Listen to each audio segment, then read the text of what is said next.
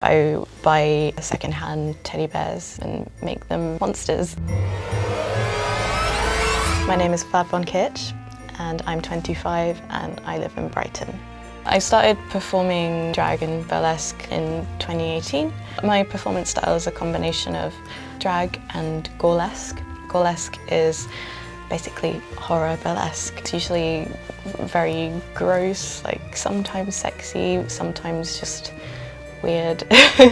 I lip sync, I sing live, I do special effects and stuff on stage, and as part of like the horror thing, so a lot of my performances use a lot of fake blood and gore and stuff. I like the juxtaposition of cutesy, childlike things with dark, gory horror. With my stage persona being a demon doll, it just makes sense to extend my art onto these physical objects. I've made a lot of weird props, really gross, gnarly props for my pieces. So I buy second-hand teddy bears, customize them and make them into monsters. I make them all gory and spooky. They're like my little drag children.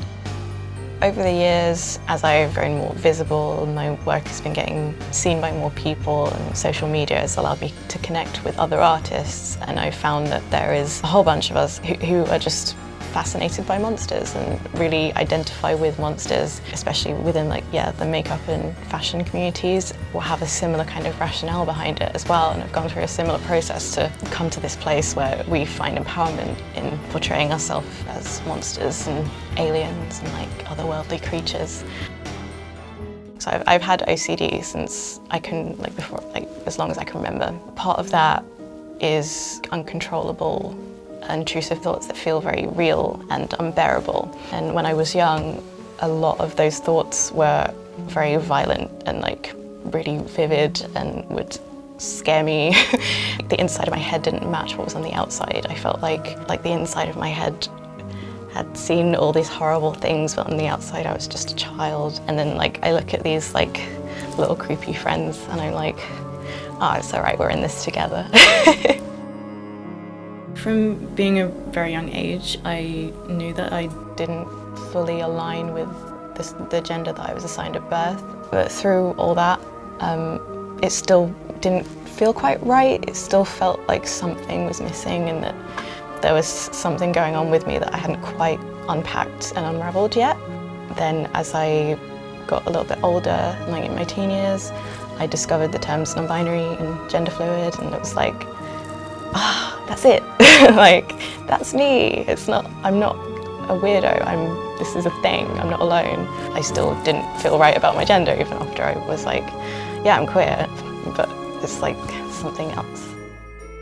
I started dressing in alternative fashion as soon as I could pick my own clothes, and developed an idea of a style that I liked. I got really into goth. I went to sixth form college. That was when I kind of really started to just let it loose.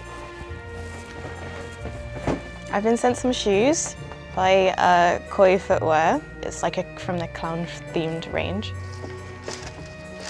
Oh, they're really cute. This was kind of inspired by Alien and the chest burster aliens. This I customized for a Halloween costume last year. A bodysuit with a coochie on the front. Made this with some sequin fabric and some nice fur and a little rhinestone clitoris. People really love to tell me when they don't approve of how I look. I don't know what they hope to achieve, because I would think it's pretty obvious that I'm not here for feedback. If I wanted to hear criticisms from them, I think I would be doing pretty badly at taking it on board. So if you don't like it, close your eyes. Scroll away from my Instagram, block me. That's never the issue. I think people sometimes are just really insecure, and they want to project that onto others because they think that I should be insecure because I'm not making an attempt to make others comfortable with my appearance. It's so much more fun if you don't give a